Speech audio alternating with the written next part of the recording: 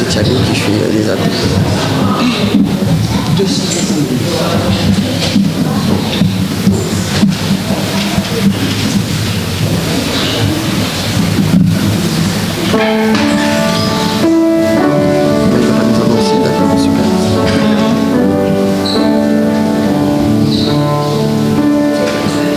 Cherchez d'abord le royaume de Dieu et sa justice, et toutes choses vous seront données en plus. Alléluia, alléluia. Cherchez d'abord le royaume de Dieu et sa justice, et toutes choses vous seront données en plus. Alléluia, alléluia. L'homme ne vivra pas de pain seulement, mais de toute parole qui sortira de la bouche de Dieu. Alléluia,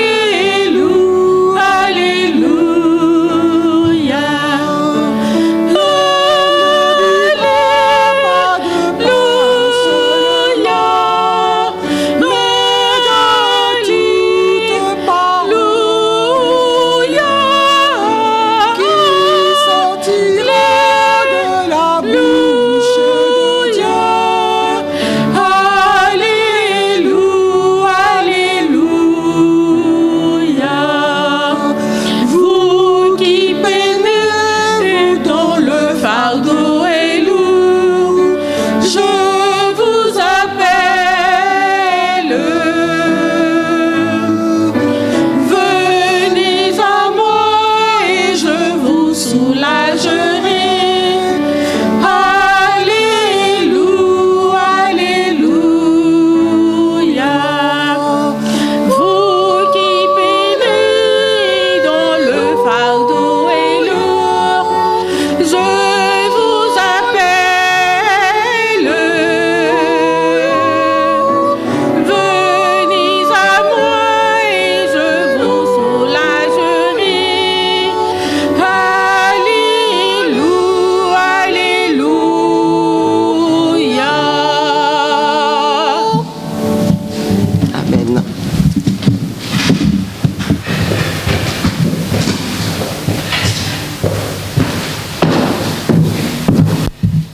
Bonjour à tous, je suis, en tout cas ceux que je n'ai pas salués. On va voir si je suis encore présidé, ça fait un moment, c'est bien, ça veut dire que maintenant il y en a d'autres qui sont aptes à le faire. Je vous propose tout de suite de vous lever pour le premier chant, Les cieux et la terre. Les cieux et la terre. Alors laissez-moi du temps pour trouver le cantique, parce qu'avec ma main, hein, je suis un peu lent, mais ça va le faire.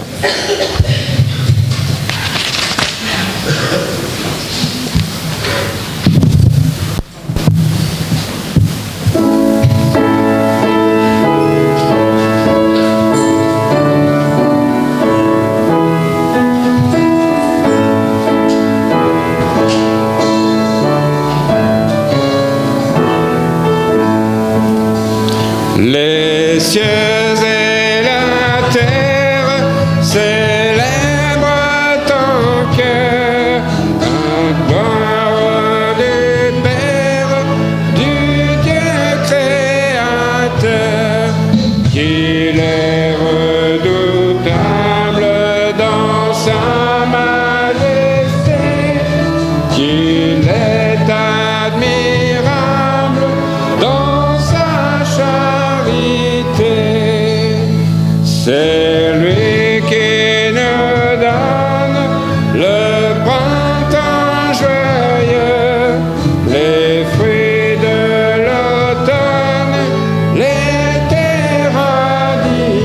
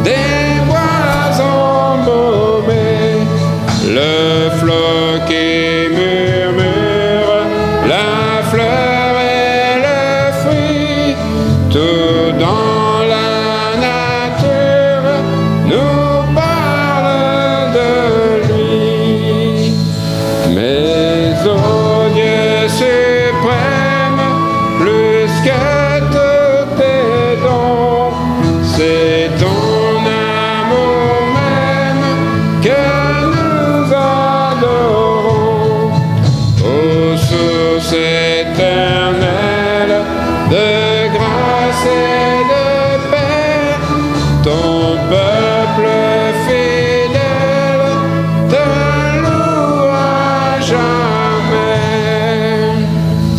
Asseyez-vous. Je vous propose tout de suite de partager le passage avec vous ce matin, qui se trouve en Psaume chapitre 42. Alors pour ceux qui n'ont pas leur Bible, j'espère que si, mais vous pouvez suivre à l'écran.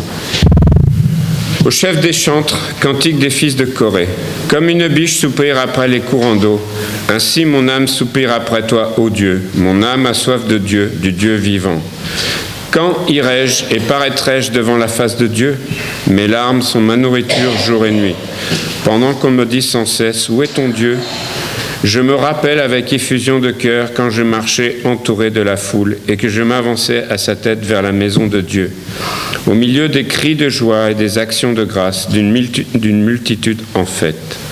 Pourquoi t'as battu mon âme et gémis-tu au-dedans de moi? Espère en Dieu, car je louerai encore. Il est mon salut et mon Dieu. Mon âme est abattue au-dedans de moi. Aussi, c'est à toi que je pense depuis le pays du Jourdain, depuis l'Hermon, depuis la montagne de Mitséar. Un flot appelle un autre flot au bruit de tes ondées. Toutes tes vagues et tous tes flots passent sur moi. Le jour, l'Éternel m'accordait sa grâce. La nuit, je chantais ses louanges. J'adressais une prière au Dieu de ma vie et je dis à Dieu, mon rocher, pourquoi m'oublies-tu? Pourquoi dois-je marcher dans la tristesse sous l'oppression de l'ennemi? Mes os se brisent quand mes persécuteurs m'outragent, en me disant sans cesse, où est ton Dieu? Pourquoi t'as battu mon âme et gémis-tu au-dedans de moi? Espère en Dieu, car je louerai encore. Il est mon salut et mon Dieu. Prions.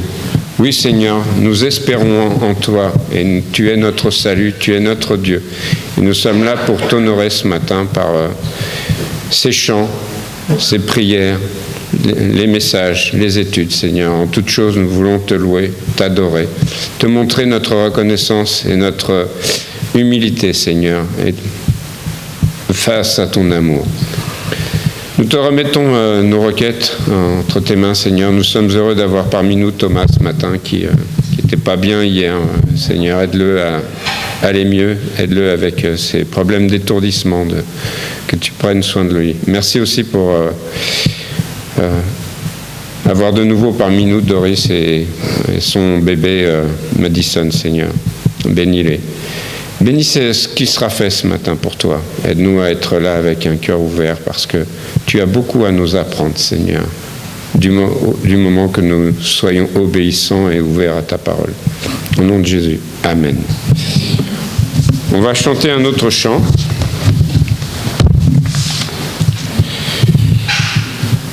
Christ nous précédant.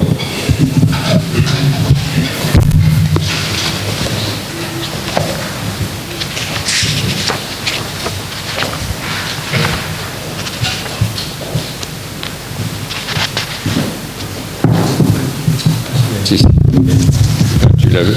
Je la laisse? D'accord.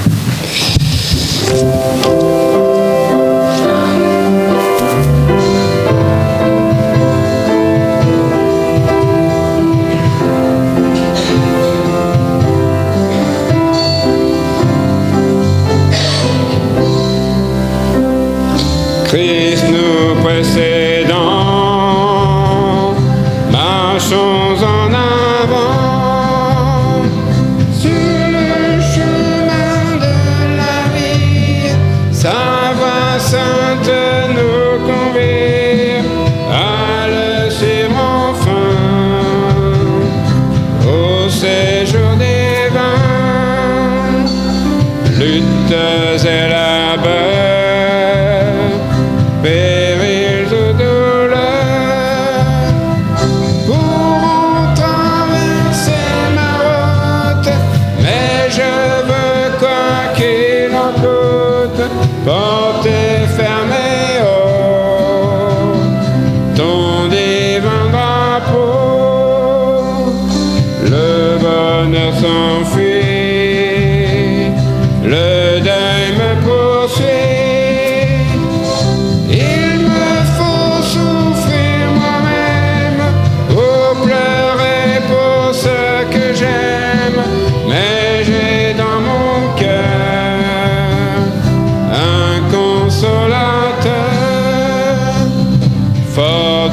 ton secours, j'avance toujours. Soutiens mon faible courage, achève en moi ton ouvrage, et que par la foi, je sois tout à toi, et que par la foi, je sois tout à toi. Pour le chant suivant, je vous propose de vous lever, profitez pour vous dégourdir les jambes. On va chanter « Je crois au Dieu vivant ».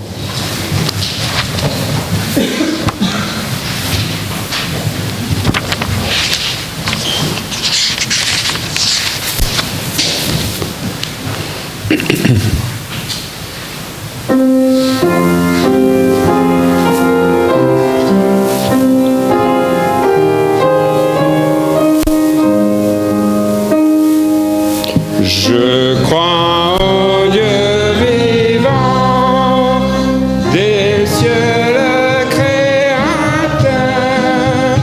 Je crois qu'il est le Tout-Puissant, le seul Seigneur. Je sais qu'il est amour, il m'aime, il me conduit, il est ma force et mon secours, mon seul m'appuie. Je crois au Fils de Dieu, Jésus le seul Sauveur. Je crois qu'il est venu des cieux pour nos pécheurs. Il est mort sur la croix, il sort du froid tombeau. Aux joies il vit et règne en moi, il vient bientôt. Je crois au Saint-Esprit, le grand consolateur, le grand délivrant des écrits, il fut l'auteur. Il a scellé ma foi, il me guide et me conduit. Par lui Jésus habite en moi, par lui je vis. Vous pouvez vous asseoir. Effectivement, nous croyons au Père, au Fils et au Saint-Esprit. Et on voit dans ce chant que c'est par son sacrifice que nous avons eu le salut. Alors j'ai beaucoup d'annonces. N'hésitez pas à me dire si j'en oublie. Alors on va commencer par les visiteurs. Je sais qu'il y en a au moins une, Grassès au fond. Bienvenue parmi nous. C'est Déliana, c'est ma faute. Pardon ? Déliana, c'est ma faute. Non, Grassès, c'est Grassès, c'est une invitée. Si elle peut se lever, comme ça, tout le monde la verra. Voilà, elle est venue avec sa sœur qui l'a invitée. Bienvenue parmi nous. Donc, Déliana qui est là, merci. Déliana qui est là pour la première fois. Moi aussi, j'ai suivi. J'ai dit Madison, c'est pas du coup le cas.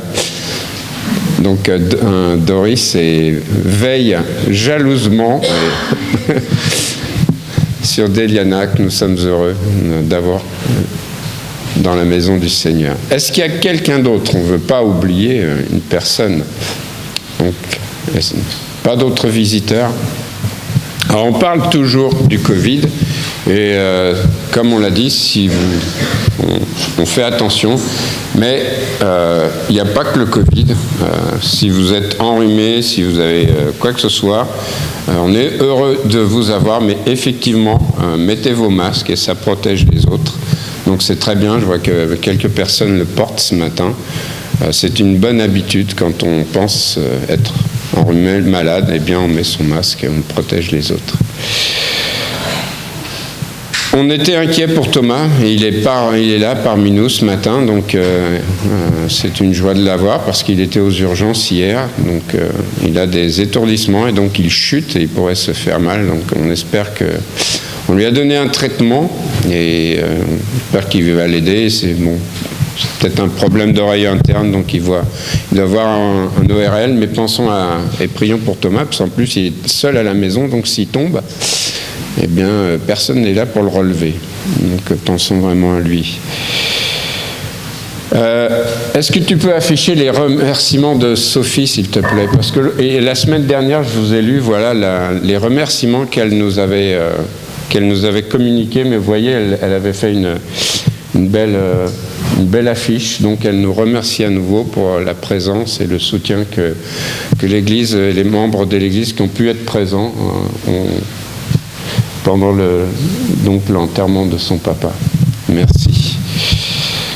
Cet après-midi, comme on vous l'a déjà dit, il y a l'Assemblée Générale. Alors je tiens à donner quelques précisions. L'Assemblée Générale, ça concerne l'association de l'Église. Être membre de l'Église et membre de l'association sont deux choses totalement différentes. Et il y a un ordre, il faut déjà être membre de l'Église pour pouvoir être membre de l'association. Et donc, on aura l'association cet après-midi, on va avoir quelques nouveaux membres qui vont se présenter, mais que ça soit bien clair pour vous, si vous n'êtes pas membre de l'Église, vous ne pouvez pas devenir membre de l'association. Et si vous voulez devenir membre de l'Église, eh bien, venez nous voir. Nous, si on pense que vous pouvez devenir membre, on viendra aussi vers vous. Mais c'est deux choses différentes. Donc, ne perdez pas votre temps. Ne perdez pas votre temps à venir à l'Assemblée Générale si vous n'êtes pas concerné. Concernant l'Assemblée Générale aussi, si vous avez reçu les convocations, donc vous avez vu qu'il y a un pouvoir. Si vous ne pouvez pas être présent cet après-midi, vous avez encore le temps. J'espère que vous avez donné vos pouvoirs à quelqu'un qui sera présent. Et si ce n'est pas le cas, vous pouvez encore le faire ce matin. Communiquer, donner vos pouvoirs afin que on en tienne compte cet après-midi pendant l'Assemblée Générale. Je pense que pour l'Assemblée Générale, c'est tout. On va avoir la visite de Jean Bayeux, on vous l'avait annoncé. Tu peux nous redire les dates exactes? C'est une bonne question. Du 25 au 4-5. D'accord, donc j'avais le 25, mais du 25 mars donc jusqu'au 4-5 avril. Jean Bayeux se propose de vous recevoir, et comme il l'a déjà fait, ceux qui ont envie de lui parler, n'hésitez pas. Alors, il y a un planning. Qui est-ce qui a le planning? Il est à l'accueil. Donc, ok, Françoise me le montre. Il est sur la table. Il y a un planning. Actuellement, il n'y a qu'un nom. Jean Bayeux occupera le pavillon, donc il peut tout à fait vous recevoir si vous venez et profiter de ses précieux conseils. Si vous avez des questions, des doutes, des choses, n'hésitez pas, il sera disponible donc du 25 jusqu'au 4-5. Donc profitons de sa présence et de son aide. Je regarde, il va y avoir aussi des gens qui vont participer à une formation décentralisée à Sarcelles. Donc je crois qu'il y a une affiche. Je sais qu'il y en a déjà quelques-uns qui vont participer. Donc vous voyez là, il y a les horaires, il y a les formations. Donc si vous êtes intéressé, eh bien vous pouvez prendre contact à ce nom, cette adresse mail. Est-ce que j'oublie j'ai toujours peur, je pense que oui. Alors, non, j'ai oublié des choses. On a notre fonctionnement régulier. Donc, on a toujours, on a des visiteurs. Déliana, peut-être qu'elle ne va pas écouter. Mais donc, on a toujours les études le dimanche à 10h, le culte à 11h. On a donc la réunion du mercredi soir, la réunion de prière qui est à 19h30.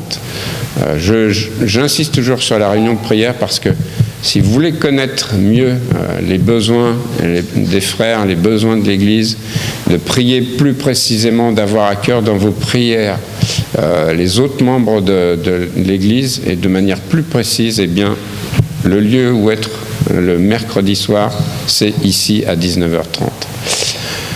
On a aussi donc la chorale, alors toujours le samedi à 19h, allez, je tente ma chance, c'est ça, 19h des fois. Il y a eu des fois des petits changements d'horaire, donc, mais c'est la chorale à 19h. Donc c'est pareil, il y a des critères pour être membre de la chorale si vous voulez devenir. Et si vous voulez savoir, vous venez voir Rachel qui vous expliquera comment devenir. Donc, déjà être membre de l'église. Exactement. Donc pour faire participer à la chorale, c'est pas seulement si vous pensez avoir une belle voix, il y a d'autres critères. Est-ce que j'oublie quelque chose? Oui. Ah oui, c'est vrai. Samedi prochain, j'attends tous les ados et les jeunes adultes pour le ménage de printemps ici. Donc c'est à partir de 16h30 et on enchaînera avec une soirée pizza. Donc je vous attends les ados, hein. Vous me regardez, je suis là. Je vous attends pour le ménage de printemps à 16h30 ici. Donc rendez-vous à 16h30, ados et jeunes adultes. Est-ce que tu veux qu'on tente notre chance et qu'on leur fasse lever la main? On peut. Est-ce qui sera présent? Qui sache, rassurez-le pour qu'il soit sûr qu'il n'est pas tout seul. Donc je vois 1, 2, 3, 4 mains, là il va falloir plus. Alors ne venez pas avec vos plus beaux vêtements puisque vous allez nettoyer, mais donc passez voir Wesley, montrez-lui que vous soutenez aussi ce qu'il fait pour les jeunes et les jeunes adultes et donc soyez présents pour ce ménage de printemps. Adressez-vous à lui. Est-ce que j'oublie, excuse-moi, j'oublie, à chaque fois on oublie cette annonce, c'est toi qui l'as fait.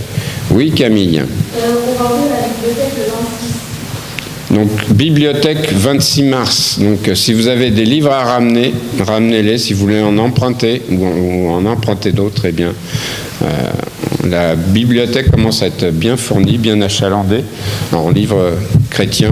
Donc, passez voir Camille. Il y a de très bons livres. Autre chose? Juste, il y a encore des cartes en fait derrière pour Samuel, Sophie et Rachel, donc si vous pouvez les D'accord. D'accord. Et Sophie, elle est à la crèche. Elle est présente à la crèche ce matin. D'accord. Donc Françoise, vous voyez, elle fait un petit signe derrière, elle présente, donc il y a des cartes pour partager une pensée, avoir une pensée pour Sophie et Rachel et Samuel, donc lors du décès de leur père. Pour ceux qui ne se rappellent pas, Germain a été longtemps un membre de l'Église avant de partir aux Antilles. Il a même été diacre dans cette Église. Donc il a beaucoup œuvré ici à Champigny. Et donc nous tenons à avoir cette pensée pour sa famille. Autre chose? Non. Donc avant de recevoir l'offrande, on va se lever pour un nouveau chant. La voix du Christ nous appelle.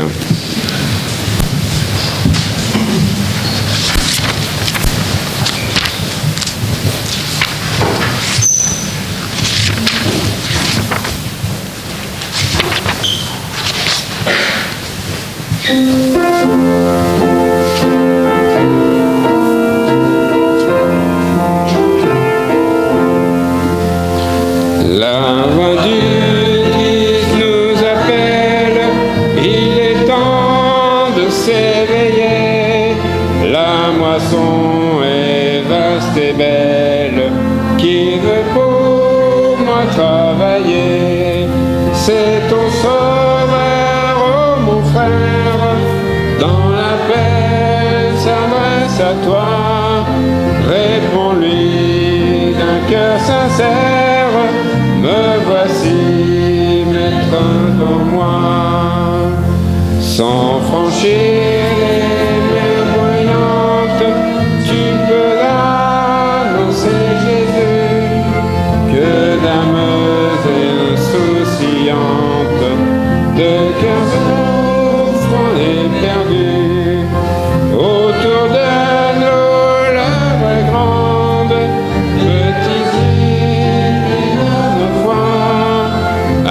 Jésus qui nous commande, répondons, maître de moi.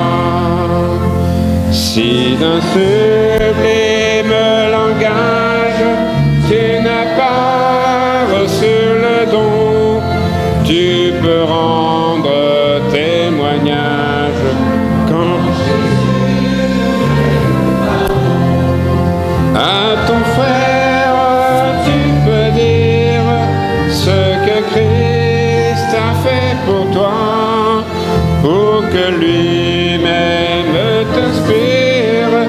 dis-lui mettre en garde moi, mais que nul ne nous entende, du moment je n'ai plus rien, lorsque Jésus nous commande de faire aimer le bien, poursuivons l'œuvre bénie, avec zèle, amour et foi, puis notre tâche finie, nous disons, est en moi.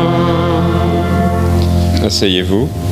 On voit au travers de ce chant que chacun d'entre nous peut œuvrer pour le Seigneur. Il n'y a personne qui, ayant accepté le Seigneur, n'ait pas quelque chose à faire pour le Seigneur. C'est ce que nous rappelle ce chant.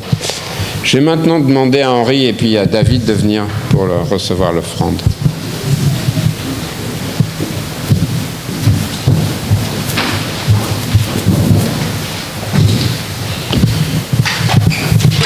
David, si tu veux bien nous conduire dans la prière. Merci Seigneur de rendre ce matin ta maison, Seigneur.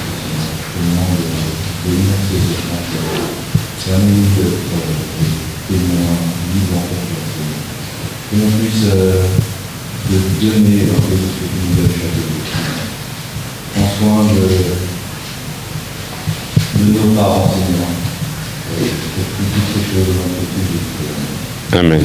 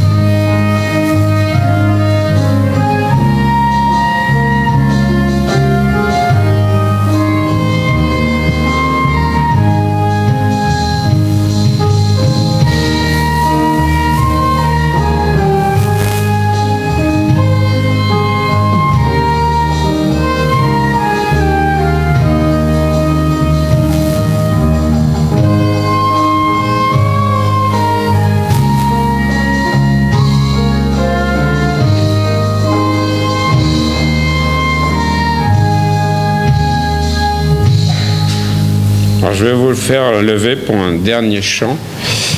Ça permettra aux enfants de partir pour leur culte. Donc les enfants, à la fin de la première strophe, vous pouvez partir pour votre culte. On va chanter « Ô prends mon âme ».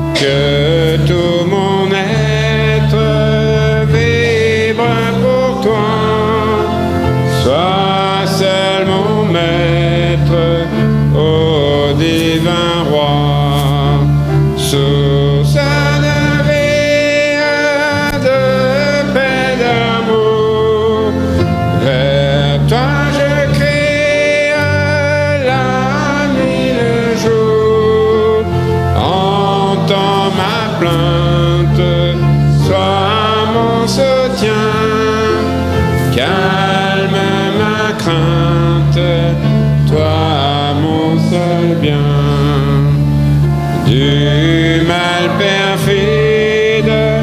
Oh, garde-moi, viens, sois mon guide, chef de ma foi. J'ai un ange tout à mes yeux, sois mon étoile, brille des cieux. Source de vie, de paix, d'amour, vers toi je crie, la nuit, le jour. Entends ma plainte, sois mon soutien, calme ma crainte, toi mon seul bien. Voici l'aurore d'un jour nouveau, le ciel se dore de feux plus beaux. Jésus s'apprête, pourquoi gémir? Levons nos têtes, il va venir. Source de vie, de paix, d'amour, vers toi je crie, la nuit, le jour. Entends ma plainte, sois mon soutien, calme ma crainte, toi mon seul bien. Asseyez-vous. Je fais une dernière précision concernant l'Assemblée Générale. L'Assemblée Générale, c'est comme je l'ai dit, ça concerne l'association et donc on fait ça en fait par rapport à l'État. Comme on a voulu être en association, c'est ce qui nous permet par exemple que vous puissiez et que je puisse déduire de mes impôts une partie de ce que je donne au Seigneur, si je donne par chèque ou par virement. C'est pour ça qu'on fait, donc c'est juste la partie administrative. Ça ne concerne pas la vie de l'Église en elle-même, mais c'est pour obéir et répondre à ce que nous demande l'État d'avoir au moins une assemblée générale par an. Voilà. Je laisse la place à Cyril pour le message.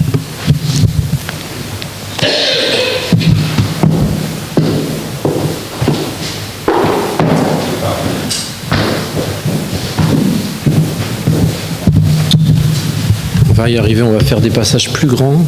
Comme ça, même si on prend l'embonpoint, on pourra se croiser. Bon, alors, je suis content de retrouver ma tablette parce que j'avais perdu ma tablette. Et j'ai pas une bonne mémoire, en fait. Et il y avait le message dessus. Donc, je me suis dit, s'il n'y a pas la tablette, on lira le passage et je ferai tout de tête. Mais comme j'ai pas une bonne mémoire... D'ailleurs, mes excuses à Doris et Jessie pour l'erreur dans le nom. Thiago, il m'a suivi, en fait. C'est ma faute. Je prends tout sur moi. Mais si vous n'aviez pas de deuxième prénom, éventuellement, Madison, ou troisième prénom... Alors, bonjour à ceux que j'ai pas eu l'occasion de saluer. C'est toujours un plaisir de voir chacun. C'est toujours par contre un regret de ne pas pouvoir croiser tout le monde en fait. Des fois on se dit « Ah, j'ai vu un tel, il était au fond, mais on n'a pas pu le saluer, lui dire bonjour. » Et c'est vrai que c'est parfois... on a un petit peu... Le temps est un peu juste. Merci à Thiago pour ses précisions, pour les membres. Nous allons parler aujourd'hui dans notre message de quelqu'un qui a crié, comme nous venons de le chanter, au Seigneur, qui n'était pas dans le calme à ce moment-là. D'ailleurs, c'est un passage biblique que Thiago a lu la semaine dernière dans son intégralité. Donc, je ne sais pas s'il a été inspiré ou l'esprit l'a saisi, mais comme ça, vous avez pu méditer dessus la semaine. Et on va donc tout à fait continuer. Je dirais, on va débuter pour ne pas prendre trop de temps. J'ai peur qu'il y ait 9 pages, que ça soit un petit peu long. Mais pas trop, vous inquiétez pas. Alors on va parler donc ce matin quelqu'un qui a crié au Seigneur, un apôtre qui était bien connu et qui au début a été appelé Simon puis Pierre. Et ce Pierre, que sait-on de lui? Alors, c'était pas voulu, mais ceux qui étaient là à 10 heures, on a parlé de Pierre aussi, puisqu'il reniait le Seigneur. Alors, qu'est-ce qu'on sait de Pierre, l'apôtre Pierre? Qu'est-ce que vous pouvez dire? On va faire ça un petit peu interactif. Il est impulsif, ça on le sait, oui. Quoi? Il était pêcheur de métier, tout à fait. Il était zélé également, ouais. Pardon? Sanguin, on peut dire qu'il était un peu sanguin, ouais. Alors, on l'a jamais vu s'énerver, mais oui, on savait qu'il partait sous le coup de l'action. Pardon? Ah, il parlait parfois un peu vite, trop, je sais pas. C'est vrai que c'est peut-être celui qui parlait le plus. Moi-même, je suis un peu bavard aussi. Donc, ici... on sait donc que Pierre, il était prompt à agir, en effet. Parfois, il parlait même au nom des autres, au nom des apôtres. On sait qu'il a un petit peu été institué par le Seigneur, entre guillemets, un peu comme le chef des apôtres. Nous savons qu'il n'avait pas une grande instruction, il était pécheur. Au tout début du ministère du Seigneur, il se prosterna en larmes à ses pieds, en reconnaissant son état de pécheur. Nous savons qu'il aimait le Seigneur, il avait la foi, même si parfois le Seigneur lui a fait remarquer qu'il en avait une petite. On sait qu'il voulait souvent être aux côtés du Seigneur, il voulait le suivre, il a même voulu le défendre, on l'a vu ce matin, dans le jardin de Gethsémanée, puisque celui qui a tiré l'épée et emporté l'oreille d'un de ceux qui étaient venus se saisir du Seigneur, c'est lui qui a tiré l'épée. On sait que dans sa vie, il a été en prison, il a été libéré miraculeusement, il a une vision qui lui a permis de rassembler tous les peuples de la terre, comme il était annoncé dans l'Ancien Testament, puisqu'il devait aller par la suite prêcher l'évangile aux païens également, puisque la grâce leur était accordée. Nous savons qu'il fit des miracles, notamment il a ressuscité Dorcas. Il n'hésita pas à prendre position, acte 5, 29 par exemple. Nous savons également qu'il refusa d'être glorifié. Chose importante, malgré les qualités de disciple qu'il avait. Il avait également un témoignage puissant et c'était un homme sans instruction, on l'a dit. Il désirait suivre son rabbi, son maître. Il voulait l'imiter, il voulait le rejoindre. Et nous savons aussi qu'il a renié le Seigneur 3 fois, mais que le Seigneur lui a pardonné. Même si sa restauration au sein du groupe d'apôtres n'était pas des plus faciles à vivre. Et une chose également importante, mais que je n'ai pas entendu ce matin, je m'attendais à l'entendre, c'est qu'il marcha sur l'eau avec Jésus, vers Jésus d'ailleurs. Et c'est le point que nous allons voir ce matin. Et donc on va ouvrir nos Bibles dans le livre de Matthieu au chapitre 14. L'ensemble de ce livre, et en particulier ce chapitre 14, est passionnant, relaté par l'apôtre, par Matthieu. Mais on se limitera ce matin, donc dans ce chapitre 14, des versets 22, la lecture du verset 22 à 36, versets que nous avons entendus la semaine dernière, exactement les mêmes versets. Alors pendant que nous allons chercher ce passage, je vais remettre ce moment dans les mains du Seigneur. Prions. Seigneur, merci pour ton amour, Seigneur, merci pour ta grâce, parce que tu nous as aimés le premier et nous ne méritions rien, Seigneur. Merci également parce que nous réalisons que nous ne pouvons rien faire sans toi. Parce que tu es avec nous chaque instant et nous voulons que tu nous aides à réaliser ta bonté envers nous, Seigneur. Que tu pardonnes nos péchés et que tu puisses nous faire croître ce matin dans l'apprentissage de ta parole vivante. Nous te demandons de limiter tout ce qui occupe notre esprit, ce qui pourrait nous distraire et que nous puissions te laisser toute la place pour agir dans chacune de nos vies, Seigneur, selon ton plan, selon ta volonté. Que tu nous transformes et tu nous permettes à chaque instant de nous considérer comme, certes, le moindre de tes enfants, mais qui est important à tes yeux. Que nous soyons prêts à servir ceux autour de nous et de voir ceux qui nous entourent comme étant au-dessus de nous. Que tu élimines tout orgueil, toute animosité, que nous ayons un cœur enseignable ce matin. Je te remets ce message, j'utilise ta parole, ton serviteur pour te rendre gloire, et nous te demandons toutes ces choses dans le nom précieux de ton Fils Jésus-Christ, mort sur la croix et ressuscité. Amen. Donc Matthieu 14, 22 à 36, je pense que vous avez le passage. Aussitôt après, on parle de Jésus, il obligea les disciples à monter dans la barque et à passer avant lui de l'autre côté pendant qu'il renverrait la foule. Quand il l'eut renvoyé, il monta sur la montagne pour prier à l'écart. Et comme le soir était venu, il était là seul. La barque, déjà au milieu de la mer, était battue par les flots, car le vent était contraire. À la 4e veille de la nuit, Jésus alla vers eux, marchant sur la mer. Quand les disciples le virent marcher sur la mer, ils furent troublés et dirent « C'est un fantôme !» Et dans leur frayeur, ils poussèrent des cris. Jésus leur dit aussitôt « Rassurez-vous, c'est moi, n'ayez pas peur. » Pierre lui répondit « Seigneur, si c'est toi, ordonne que j'aille vers toi sur les eaux. » Verset 29, et il dit « Viens !» Pierre sortit de la barque et marcha sur les eaux pour aller vers Jésus. Mais voyant que le vent était fort, il eut peur, et comme il commençait à enfoncer, il s'écria « Seigneur, sauve-moi !» Aussitôt Jésus étendit la main, le saisit et lui dit « Homme de peu de foi, pourquoi as-tu douté ?» Et ils montèrent dans la barque et le vent cessa. Ceux qui étaient dans la barque vinrent se prosterner devant Jésus et dirent « Tu es véritablement le Fils de Dieu ». Après avoir traversé la mer, ils vinrent dans le pays de Génézareth. Les gens de ce lieu, ayant reconnu Jésus, envoyèrent des messagers dans tous les environs et on lui amena tous les malades. Ils le prièrent de leur permettre seulement de toucher le bord de son vêtement, et tous ceux qui le touchèrent furent guéris. Alors ici, cette lecture est vraiment passionnante et bien connue de chacun de nous, mais nous savons que le Seigneur peut ouvrir nos cœurs et nous apprendre à chaque instant plus de lui. Il veut toucher nos cœurs, transformer nos cœurs les plus endurcis. Le cœur de Pierre peut se transformer en cœur de chair. Je parle de la pierre qui est sur le sol, pas de l'apôtre. Donc à propos de notre passage, lorsqu'on regarde le contexte, on voit que nous sommes pendant le ministère de Jésus, plutôt vers le milieu de son ministère. Et le Seigneur ici vient d'apprendre de mauvaises nouvelles concernant Jean-Baptiste, puisque celui-ci vient d'être décapité dans sa prison sur les ordres du roi Hérode. Et nous pourrions presque dire, pour une histoire de tentation, de convoitise des yeux, lorsqu'il regarda la fille d'Hérodias qui dansait devant lui et lui fit cette promesse de lui donner ce qu'elle voulait jusqu'à la moitié de son royaume.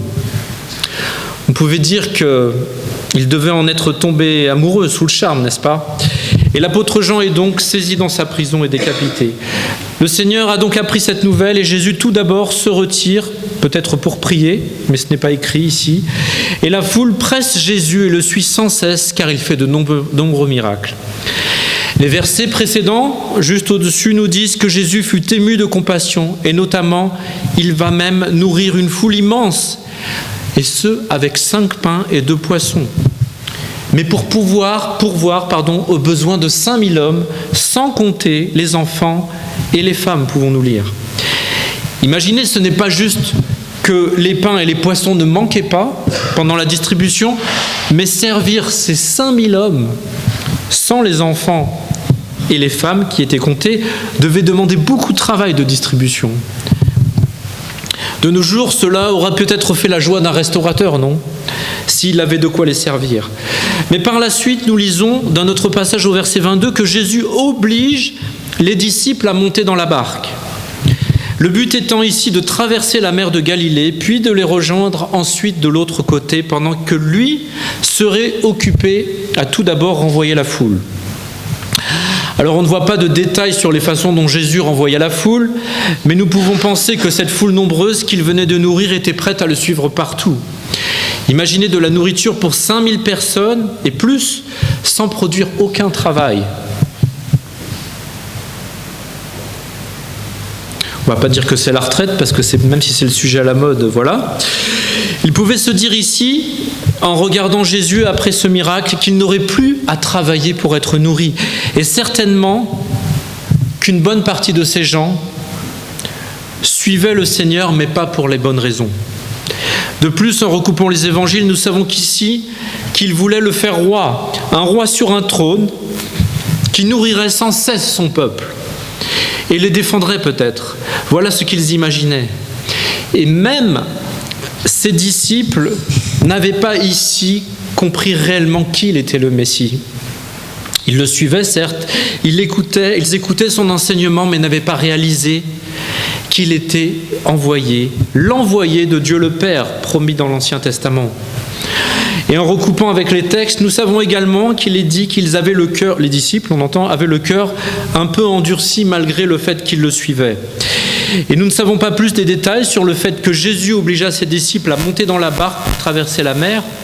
Peut-être qu'après ce miracle, ses disciples désiraient vivement rester à ses côtés. Ou peut-être, en ayant été des marins expérimentés, ils ne désiraient pas passer la nuit, comme nous allons le voir dans cette barque, en se doutant que le climat local était incertain pour la traverser dans leur petite embarcation. Le fait que Jésus envoie ses disciples dans une barque réalise deux choses. La première est que cela les éloigne de la foule et leur donne l'occasion de réfléchir alors à la signification réelle de ce qui venait de se produire lors de la multiplication des pains et de ces 2 poissons. La deuxième chose qui est réalisée, c'est que les disciples sont obligés de partir, traverser la mer, mais cette fois sans Jésus. Car si nous regardons auparavant, ce n'est pas la première fois qu'ils traversent ce lac, cette mer, et qu'ils se retrouvent pris dans la tempête, car c'est bien ce qui va se passer. En effet, dans le passage de Matthieu 8, 23, nous savons que le Seigneur était, la fois précédente, présent avec eux dans la barque lorsqu'ils ont rencontré la tempête, sur ce même lac, sur cette même mer, et que lui, il dormait dans la barque.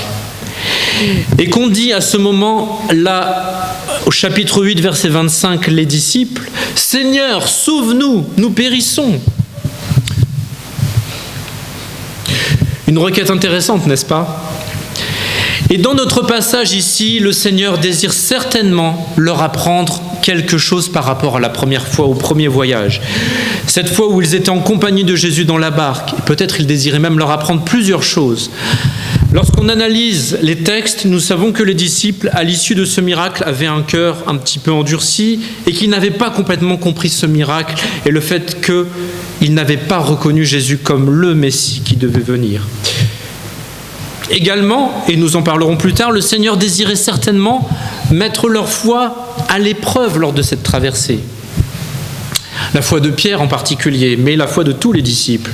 Et lorsque nous lisons notre passage à propos de Jésus, il monta seul sur la montagne pour prier, une fois qu'il a renvoyé la foule et qu'il a obligé ses disciples à partir. Et nous savons que le fait de se retirer seul sur la montagne était également la façon de faire de Moïse, par exemple, et d'autres patriarches, ce qui permettait d'être isolé, seul, et aussi en hauteur, plus proche du Père. Mais au verset 24, on voit que la barque, qui était déjà au milieu de la mer, elle n'était plus sur le rivage, elle était battue par les flots, car le vent était contraire. C'est-à-dire que comme lorsque nous marchons parfois en avant et que le vent arrive de face, nous avons parfois l'impression que nous ne pouvons plus jamais avancer. Nous forçons pour avancer, nous luttons, que nous faisons d'une surplace, n'est-ce pas? Ou parfois nous sommes sur l'autoroute, tout va bien en sécurité, et d'un coup une rafale de vent arrive en face et il faut corriger le volant et le tenir fermement pour corriger la trajectoire. Ici pour les disciples, il en était de même, mais bien sûr en pire pour cette barque, car elle devait aller dans un sens, de l'autre côté du lac, guidée par les disciples, dans une direction, mais le vent y était opposé et incitait la barque à revenir en arrière ou s'opposer au moins à son avancée. Et c'est vrai que ce lac de Tibériade, ou mer de Galilée également, était en contrebas par rapport au niveau de la mer, et des montagnes étaient présentes à côté. Et souvent, l'air froid, nous disent les spécialistes, venant de la montagne, descendant sur le lac en contrebas, était propice à de grandes perturbations climatiques et changeantes. Et il n'était pas rare que cela produise le vent des mouvements de la mer dignes d'une tempête, avec des vagues qui, sait-on, pouvaient aller de 9 à 10 pieds de haut, ce qui nous fait grossièrement une hauteur de 3 mètres. Vous voyez, dans une barque, alors ce n'était pas une barque où on monte à deux, ils étaient plusieurs, mais une vague de 3 mètres à côté de la barque, ça peut être effrayant quand même. Difficile pour une petite barque équipée de rames de naviguer au milieu de ces vagues, n'est-ce pas? Les disciples sont donc ici, au milieu de ce lac, au milieu de la tempête avec ce vent et ces flots qui frappent la barque et menacent de la retourner et les empêchent d'aller de l'avant. Verset 25, il est indiqué que c'est la 4e veille de la nuit. Mais que cela signifie-t-il ? Alors, il faut savoir que les Romains définissaient 4 veilles dans la nuit d'une durée de 3 heures. La première avait lieu de 18 à 21 heures, la deuxième de 21 heures à minuit, minuit à 3 heures pour la 3e et 4e veille. Donc on parle ici de 3 heures du matin à 6 heures du matin. Lorsqu'on regarde la chronologie des choses, il faut savoir que le moment où Jésus força les disciples à monter dans la barque n'était pas à la 4e veille en pleine nuit, c'était bien avant. Cela devait plutôt être la 2e veille, donc entre 21h et minuit, vers la tombée de la nuit en réalité. Et l'endroit qu'il devait traverser avec la barque, lorsqu'on regarde le lac, devait faire environ 5-6 km et ne devait prendre que 2 heures lors d'un temps calme, une mer plate. Mais ça, c'était quand la mer était calme, sans vent contraire. Et ici, on peut facilement deviner que, comme ils étaient au milieu du lac, ça ne fait pas 1 heure qu'ils naviguaient. Et qu'ils se sont retrouvés dans cette tempête, au milieu de cette mer, jusqu'à la 4e veille de la nuit. Et ici, on peut penser, pendant qu'ils sont en train de se battre avec les flots, dans cette petite barque, que Jésus surplombe la mer sur cette montagne. Lui, qui connaît toutes choses, le Fils de Dieu. Il est capable de voir au loin ses disciples qui peinent à avancer dans cette mer tumultueuse depuis un certain temps sans doute. Et nous savons bien sûr que, étant Jésus, il aurait pu rapidement calmer la mer, puisque tout élément de la création lui est soumis. Il aurait également pu se transporter directement dans la barque, ou bien même au milieu des disciples. Mais le Seigneur décide de partir ici, à leur rencontre, après un certain temps, en marchant sur les eaux. Le verset 25 nous dit qu'il marchait sur la mer, il ne se précipitait pas, il ne courait pas, il marchait en direction du bateau. Et cela, dans nos vies, nous invite à penser que le Seigneur, tout comme ici, où il les voit dans la tempête, mais le Seigneur avait décidé, à un moment choisi, à un instant où il voudrait venir à leur rencontre et les délivrer de cette tempête. Eh bien, dans nos vies, c'est pareil également. Dans le livre des Lamentations de Jérémie, on peut lire au verset 3 du chapitre 26, « Il est bon d'attendre en silence le secours de l'Éternel. » Il est bon d'attendre en silence le secours de l'Éternel. Parfois, nous sommes dans une tempête, nous traversons la tempête et nous voudrions qu'elle cesse tout de suite. Nous pensons que nous crions à l'Éternel, nous lui prions, mais qu'il ne nous répond pas et ne nous entend pas même. C'est une erreur. Misérables que nous sommes, le Seigneur nous voit au travers de la tempête, et ce même avant que nous l'appelions au secours. Mais en effet, celui-ci a son temps pour venir à notre secours et désire nous voir humblement reconnaître sa toute dépendance dans nos vies. Et il désire nous voir implorer son aide, son soutien dans la tempête, reconnaître alors sa grandeur, sa puissance, et que nous puissions observer sa gloire également. Et Jésus, ici, en marchant sur l'eau, nous montre qu'il ne fait qu'un avec le Père et qu'il était déjà présent lors de la création, car il domine sa création tout entière. Aucun disciple ne l'a fait. Si vous remarquez les différents miracles que les disciples ont réalisés, ils n'ont jamais réalisé des miracles sur la nature ou la création du Seigneur. Moïse a en effet ouvert la mer, mais c'était dans l'obéissance aux consignes de Dieu. Dieu lui a dit, tu prendras ton bâton, tu feras comme ça. Il a obéi et Dieu a fendu la mer en deux. À la différence de, par exemple, lorsqu'il a frappé le rocher, d'une façon que le Seigneur ne lui avait pas demandé. L'assèchement du figuier n'a été fait que par Jésus lui-même. Aucun des disciples n'a interagi avec la nature. Ici, dans ce passage, le Seigneur Jésus se révèle comme étant un avec le Père, mais il a tout pouvoir sur la création. Psaume 107, 23 à 31 nous dit « Ceux qui étaient descendus sur la mer, dans les navires, et qui travaillent sur les grandes eaux, ceux-là virent les œuvres de l'Éternel et ses merveilles au milieu de l'abîme. Il dit et fit souffler la tempête qui souleva les flots de la mer. » On dirait qu'on est en train de parler des apôtres qui sont dans la mer, telle une prophétie. Je poursuis, verset 26. « Ils montaient vers les cieux, ils descendaient dans l'abîme, leur âme était éperdue en face du danger. Saisis de vertige, ils chancelaient comme un homme ivre, et toute leur habileté était anéantie. Dans la détresse, ils crièrent à l'Éternel, et il les délivra de leurs angoisses. Il arrêta la tempête, ramena le calme, et les ondes se turent. Ils se réjouirent de ce qu'elles s'étaient apaisées, et l'Éternel les conduisit au port désiré. Qu'ils louent l'Éternel pour sa bonté et pour ses merveilles en faveur des fils de l'homme. » On pourrait se dire que c'est presque une prophétie qui a été écrite pour notre passage. Ce n'est pas le cas, mais quel passage qui nous parle et qui résonne comme un écho à ce que nous voyons.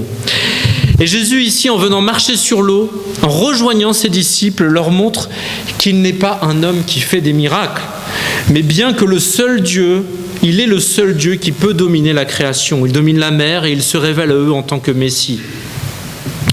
Car qui aurait pu croire par la suite à un roi crucifié, dépendant des hommes, qui semblait dépendant des hommes, un homme qui semble si fragile entre les mains des Romains? Le Seigneur leur montre ici qu'il est bien le Messie, et c'est sa volonté dans notre passage. Poursuivons verset 26. Les disciples sont dans leur barque avec des vagues hautes de 2 à 3 mètres. Ils ont l'air sans espoir. Que peuvent-ils faire? La main de l'homme ne peut pas les sauver. Ils n'ont rien pour les aider autour d'eux. Ils sont ballottés de part et d'autre par la mer dans cette petite barque. Ils ne peuvent rien faire pour être sauvés. Ils sont entièrement dépendants de ces vagues. De la mer, dans cette barque, cela semble sans fin. Et alors ils voient le Seigneur qui vient à eux en marchant. Alors imaginons, nous sommes en pleine nuit, et le Seigneur a dû venir, je pense, en tant que lumière du monde. Il était illuminé. Il produisait de la lumière.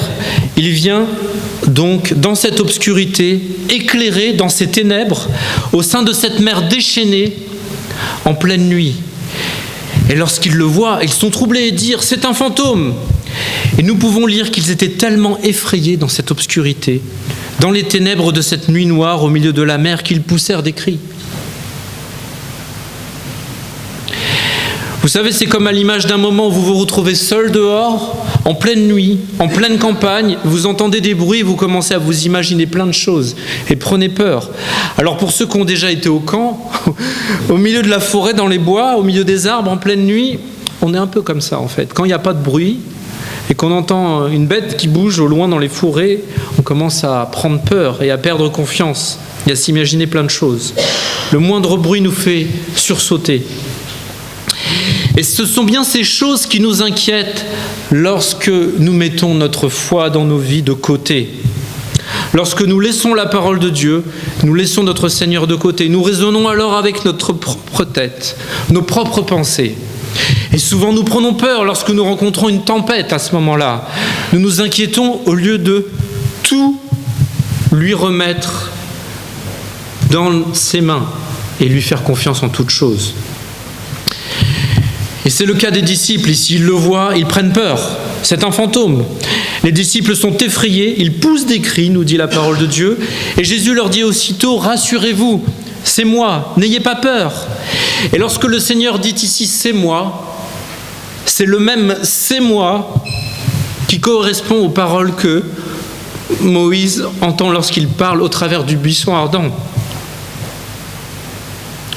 Je suis celui qui est, c'est moi. Et Jésus indique ici par ces mots, par ces paroles, sa présence, il indique un réconfort. Et c'est ce que nous attendons souvent dans les tempêtes, n'est-ce pas? Dans nos vies, c'est d'avoir ce réconfort, cette confiance, cet espoir que l'Éternel est avec nous, que nous ne sommes pas seuls. Et nous pouvons d'ailleurs trouver ce réconfort et cette sécurité en aucun autre que dans notre Seigneur Jésus-Christ. Et c'est ce que le Seigneur désire, ce qu'il recherche quand nous traversons des tempêtes dans nos vies. Aussi hautes que les vagues puissent être, aussi longtemps que la tempête puisse durer. Quand implorons-nous l'Éternel, nous, sa faible créature, sans cesse à regarder autour de nous et nous inquiéter en cherchant des solutions terrestres, alors que le Seigneur désire que nous reconnaissions qu'il est la solution à cette tempête, la seule solution, que nous pouvons avoir confiance en lui et nous reposer sur lui en toutes choses.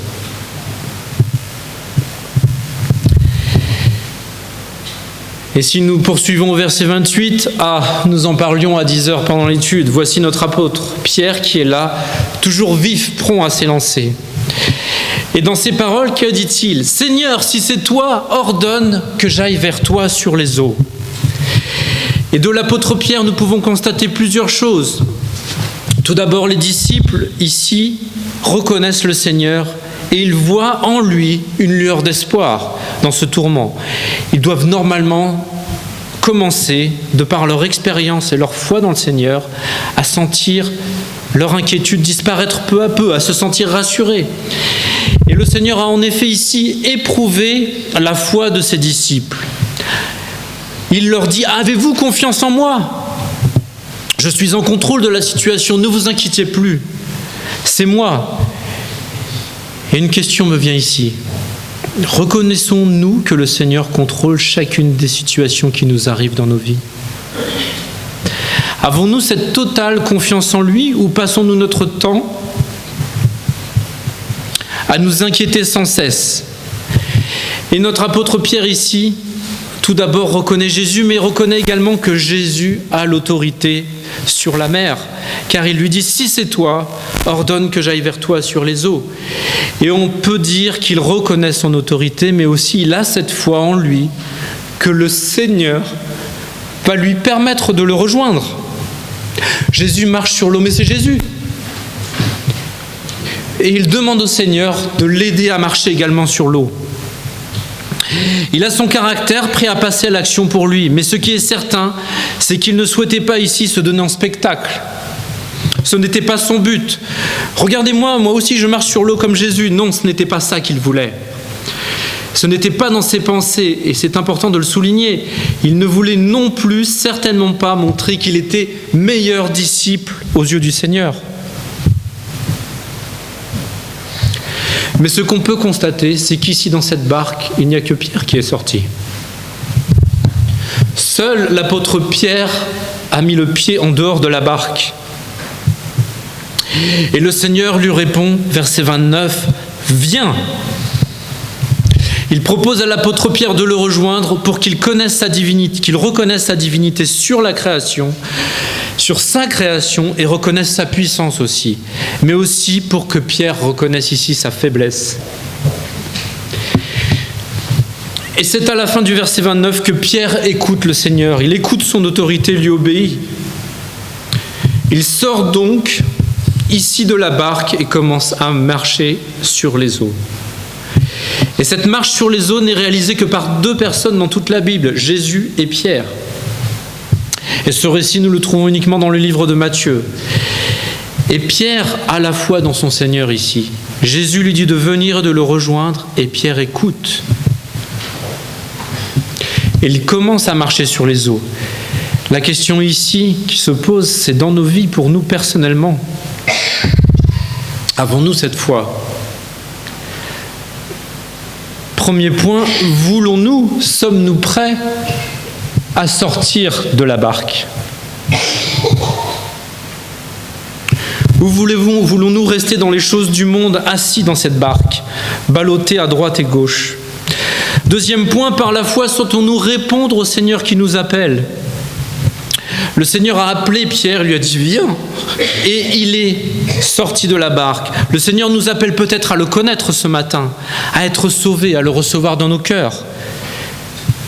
Peut-être que le Seigneur nous appelle simplement à être réellement un de ses disciples et le suivre.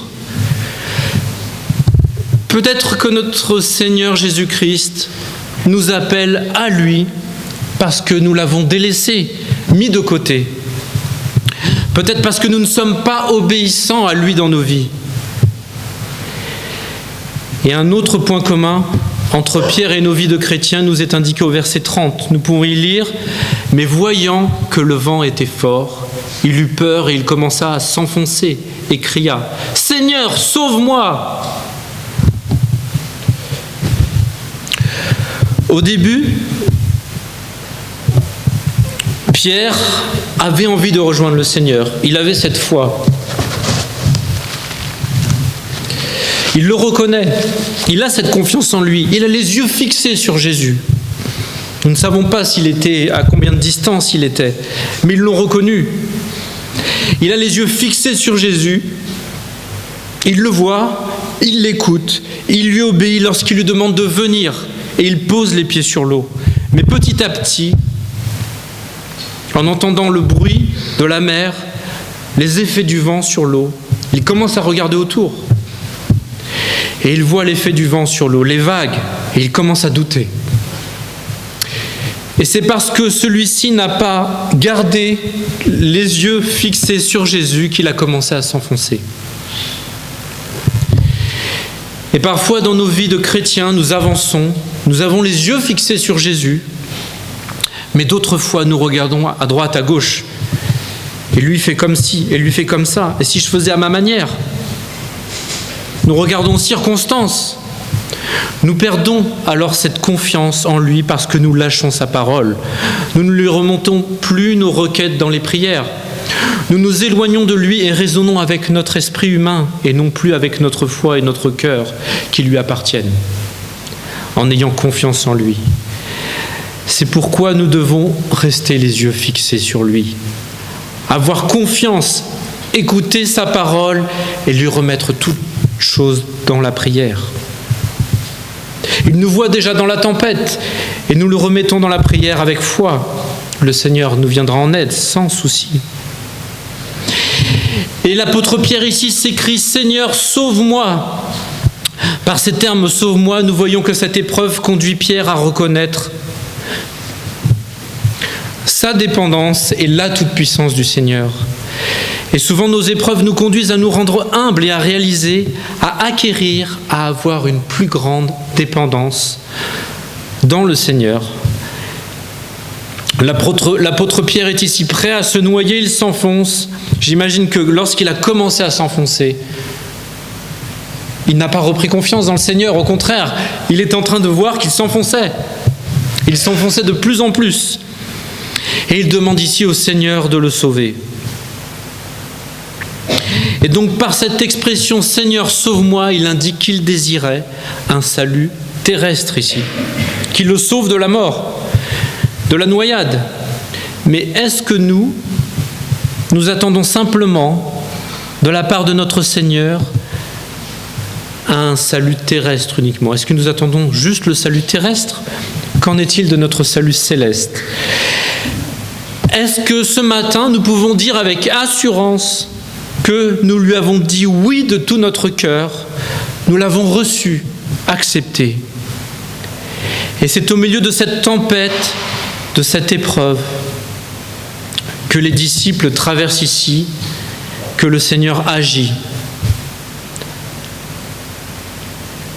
Le Seigneur agit avec ses serviteurs afin qu'ils puissent reconnaître leur faiblesse, sa puissance et la puissance de sa grâce. Et ici, il ne faut pas nous y tromper. Le Seigneur nous voit dans chacune de nos tempêtes et il permet ces tempêtes également. Il y a toujours une raison. Et parfois elles durent, mais le Seigneur seul sait au moment qu'il a choisi où nous plierons les genoux et lui demanderons son aide. C'est là qu'il nous tendra la main. Et qu'est-ce que le Seigneur désire de nous lorsque nous traversons ces tempêtes ? Ce que nous attendons, nous, de notre part, c'est bien souvent que la tempête s'arrête. Seigneur, que la tempête s'arrête. Que nous soyons bien au calme pour nous reposer. Seigneur, aide-moi, annule cette tempête, enlève-moi cette épreuve. C'est trop long, trop dur, trop difficile pour moi. Pourquoi moi, Seigneur ? Parfois, même un sentiment d'injustice vient dans notre cœur. Mais ce n'est pas ce que le Seigneur attend de nous. Le Seigneur attend que nous reconnaissions humblement notre dépendance à lui, que nous saisissions sa main comme Pierre l'a fait au verset 31. Et alors, dans notre demande, il nous tirera de la tempête. Jésus, ici, tend la main et sauve Pierre. Il le saisit et lui dit « Homme de peu de foi, pourquoi as-tu douté ?» Et en effet, nous n'avons jamais trop de foi. Et malgré ces paroles que Jésus dit à Pierre, nous savons que sa foi ne défaillera pas, même s'il le reniera plus tard. Et nous devons bien constater qu'il était également le seul à le suivre avant sa crucifixion. Verset 32, ils montèrent dans la barque, le vent cessa, le Seigneur a une nouvelle fois calmé la tempête. Et au verset 33, nous voyons que ceux qui étaient dans la barque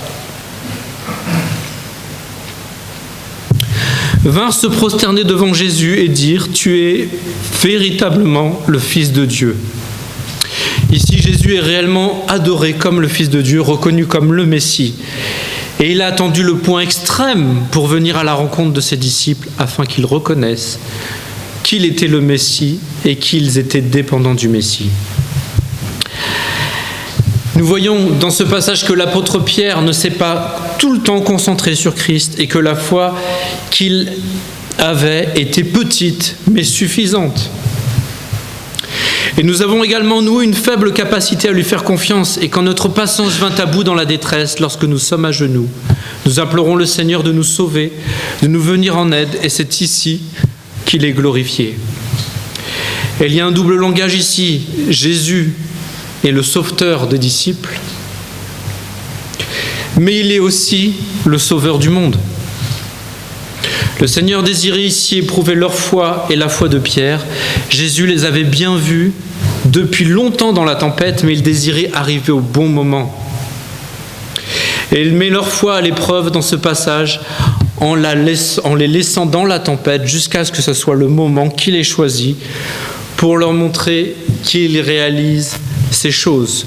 Petit 1, il était que les disciples réalisent ces choses. Petit 1, il était vraiment le véritable Dieu qui s'est fait chair et qui avait l'autorité et la puissance sur sa création. Il le montre en marchant sur l'eau. Par ce point-là, il affirme également qu'il était le Messie, l'envoyé de Dieu. Et troisième point, il reproduit cette expérience de la tempête vécue dans la barque une deuxième fois, mais alors qu'il n'est pas avec eux dans la barque. Il les prépare quelque part aussi indirectement à ce qu'ils vivront lorsqu'il sera glorifié et retourné auprès du Père et qu'il ne sera plus sur terre avec eux. Alors les apôtres étaient seuls dans la barque au milieu de la tempête, mais à la vue de Jésus, cependant, seul Pierre est sorti de la barque pour rejoindre le Seigneur en lui obéissant.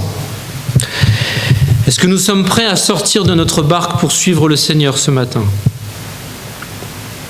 Comme l'apôtre Pierre, sommes-nous prêts à l'écouter et à lui obéir lorsqu'il nous dit « Viens ». On va se lever pour le cantique d'appel, s'il vous plaît. Donc on se lève pour le cantique d'appel et levons-nous également pour notre Seigneur.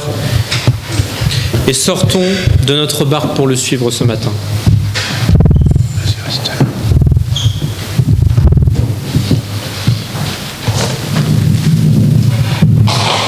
On va chanter Seigneur attire.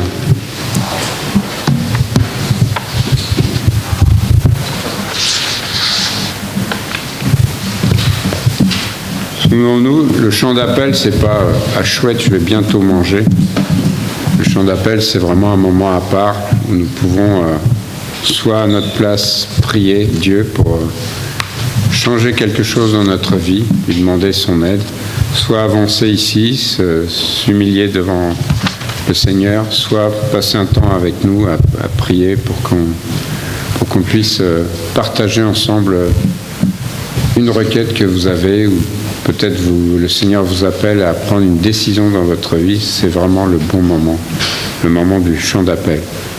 Nous restons aussi à votre disposition dans la semaine. N'hésitez pas à nous appeler si vraiment vous en sentez le besoin. Seigneur, attire. Seigneur, attire mon cœur à toi. Alors, je crois que j'étais pas bon. J'étais trop bas. Seigneur, attire mon cœur à toi. Je te désire tout près de moi. Ma délivrance dans le danger, c'est ta présence, divin berger. C'est ta présence, divin berger. Par ta puissance, brise, soumets ma résistance à tout jamais. Courbe mon maître, ma volonté, sois-en le maître, indiscuté. Sois-en le maître, indiscuté. Quand je contemple près de ta croix ton grand exemple, Jésus mon roi, je n'aspire qu'à m'immoler,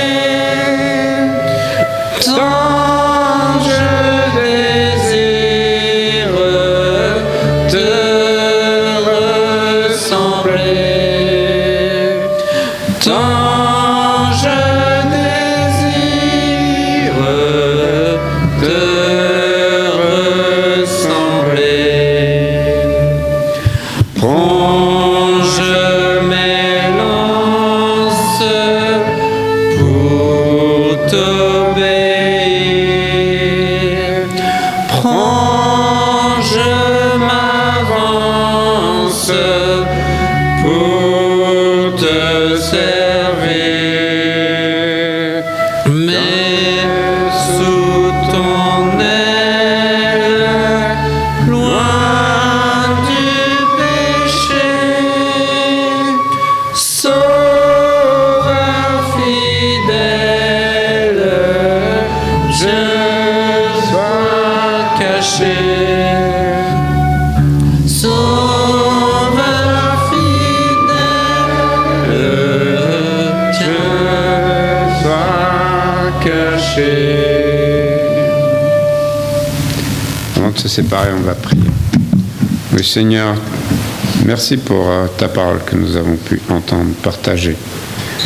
Merci pour ce passage dans la Bible, cette tempête, Seigneur, que nous pouvons traverser sans aucun problème si on regarde à toi. Et nous traversons des tempêtes dans notre propre vie, Seigneur. Est-ce que nous regardons à toi ou est-ce que nous détournons le regard en nous éloignant de toi, Seigneur? Que nous soyons apostrophés, touchés par ces passages, que nous sachions nous remettre en cause, prêts à nous humilier devant toi et à dire, Seigneur, je ne sais pas ce que je fais dans ma vie et je voudrais que tu changes cela, Seigneur. Touche nos cœurs, aide-nous à ne pas être indifférents à ta parole, Seigneur, mais au contraire à regarder à toi comme Pierre a regardé à toi au début et a pu faire ce miracle de marcher lui-même sur l'eau comme tu le faisais. Sois avec nous, pendant cette semaine. Aide-nous à prier les uns pour les autres, à nous soutenir dans la prière, Seigneur. Bénis aussi ce qui sera fait cet après-midi dans les décisions que nous prendrons pendant cette assemblée générale. Je demande ces choses au nom de Jésus. Amen. Amen. Donc je vous souhaite une très bonne semaine et donc pour ceux qui seront présents tout à l'heure, c'est à 16h. J'ai peut-être oublié de le dire, donc à 16h pour les autres. Merci.